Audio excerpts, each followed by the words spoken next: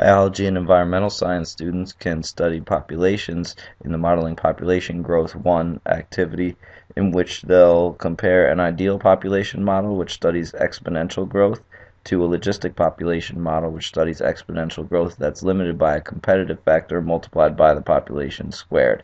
Each of the population models is mathematical in nature and is conducted on a spreadsheet, as are all the labs in the Spreadsheet lab manual.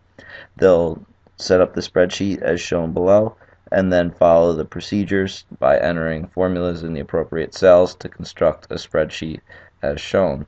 The time increment can then be adjusted to be whatever value is called for the particular problem.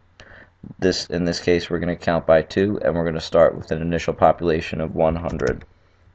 Here the logistic population model is displayed as highlighted here, and the ideal population model is displayed here. Graphs of the models will also be constructed by the students, in which they will be able to clearly see the ideal population model that grows exponentially and the logistic population model, which levels off over time. Here the ideal population model is not plotted over as many points as the logistic model, because if it's plotted over the same number of points, it won't be able to be viewed on the same axes.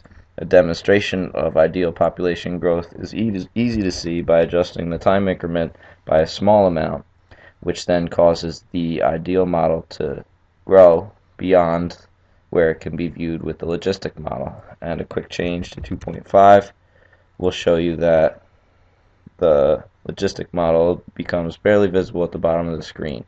If we up it to 3,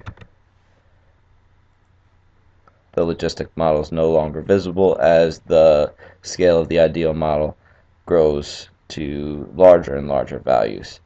This is a good demonstration of how the two population models behave, and many different examples of ideal and logistic population growth are studied in the analysis questions.